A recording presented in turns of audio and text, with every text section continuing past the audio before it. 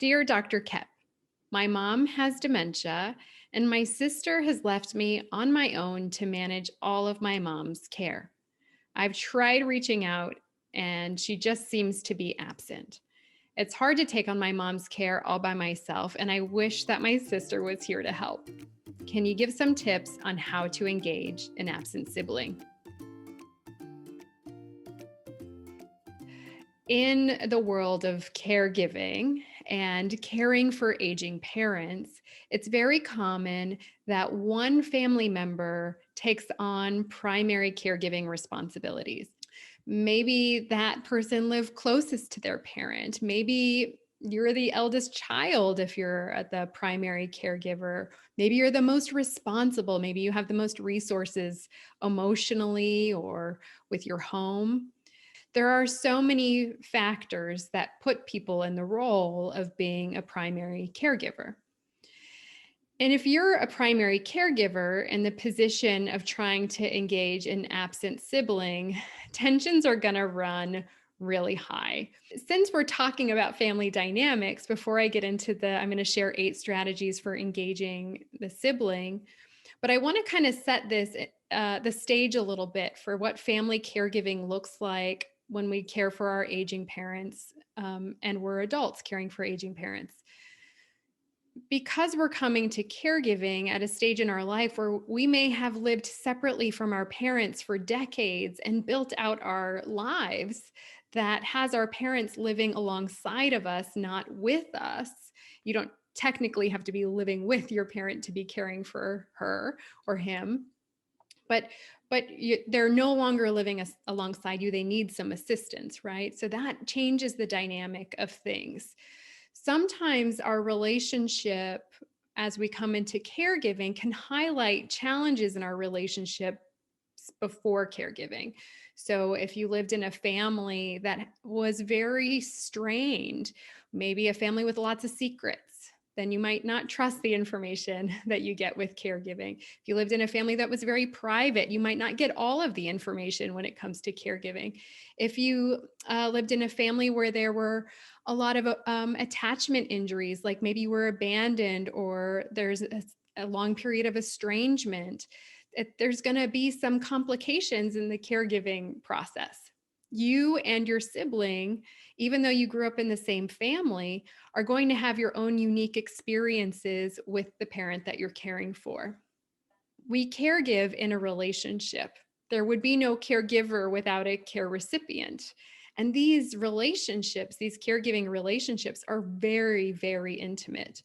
So when we're asking adult children to return to care for an aging parent, that's an incredibly intimate request. It's a request for a reunion of sorts.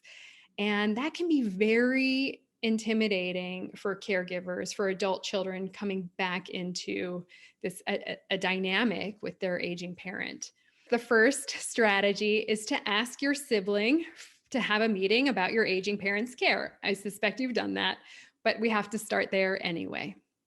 If your sibling doesn't respond, then leave another message sharing that you would like to hear back from them by a certain date, or you will need to start making some decisions that they might not be able to be a part of. I wouldn't say that as a threat. I would say it as, I have to make some difficult decisions. I would like for you to be involved. I don't want to make these on my own. And I would love for you to be there. Please call me back by this day. If I don't hear back from you, I'm guessing you have a lot going on and I'll just have to proceed anyway. So try not to make it a threat. Try to make it honest and kind of meet your own needs too, and not wait around for them if they're not responding. You know, people demonstrate their boundaries in clear ways and unclear ways. If your sibling doesn't respond, this might be their way of demonstrating a boundary. It might not be the healthiest way, it might not be the clearest way, but it's a way of demonstrating a boundary. They might be saying, I can't take on this caregiving right now. If they do respond, the third strategy is to start the conversation by being curious about them and about this context that you're caregiving in.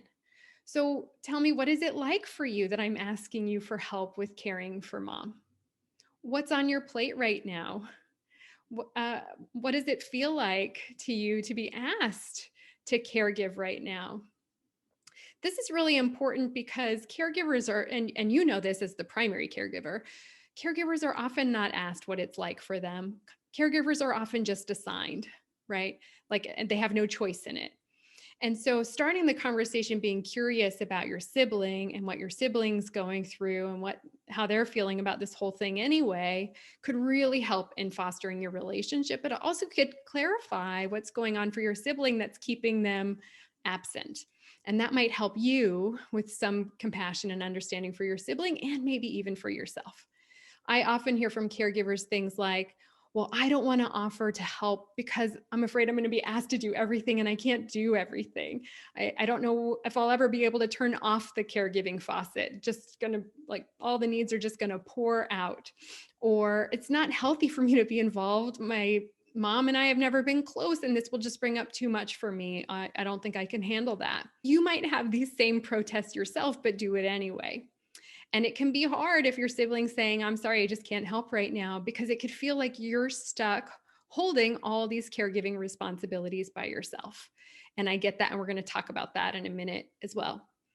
So, number 4 is to be open and honest about what the care needs are, what you are doing to help in the care, and what you're asking your sibling to help with.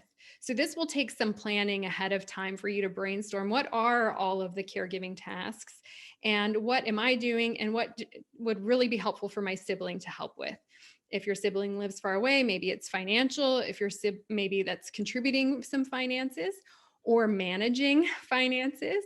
Identify what would be helpful, and then pitch it to them and see what they have to say. If you'd like more tips on talking with your sibling about your aging parents' care and divvying up tasks, I have a great Caring for Aging Parents checklist. You can download that. I'll link to it wherever you're listening to this episode. So, number 5, if your sibling is not able to help in the ways that you are requesting, ask if they have other ideas about ways that they could help. Ask them to generate some ideas. Ask ways that they might be able to contribute, even if it's just simply weekly phone calls or daily phone calls. All right. Number 6 is to respect your siblings' boundaries. Boundaries are healthy. Boundaries are important. And emotions can run really high and become intensified with caregiving. It's really important that if your sibling states a boundary, that you acknowledge and respect that. Here's the other part of this. It's important that you are also clear about your boundaries and that you acknowledge and respect your boundaries too. If your sibling is giving you a boundary and saying, I can't help in the ways that you need me to, and it's going to leave you with all of the weight of caregiving on you, you're bound to be stressed and frustrated and resentful of your sibling. But it's okay for you to have boundaries too. And you don't have to be stuck holding it all. You'll have to do a lot of negotiation and figuring it all out, which will also take time and can be very frustrating. But it's okay for you to have boundaries too and to not have to do it all. The 7th strategy, which is to ask for help.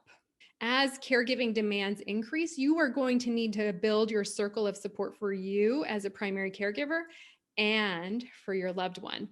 If your loved one needs more care than you can provide, it's so important to get more care. Maybe you need a home health aide. Maybe you need your loved one to attend adult day programs so you can work. Maybe you need friends to visit or phone calls. But gather a circle of support around you. And 8, if your sibling is willing to help, but the two of you struggle to negotiate the tasks or struggle to find harmony in the tasks that you are doing, it can help to consult with a professional like a geriatric care manager or a mental health provider who specializes with older adults and families and older adults in caregiving. So there you have it, 8 strategies for engaging an absent or hard to reach sibling in your aging parents' care. I hope these tips help you and your sibling in this caregiving journey. If you'd like more tips on caring for aging parents, download my free Caring for Aging Parents checklist. I'll link to it wherever you're listening. to this episode.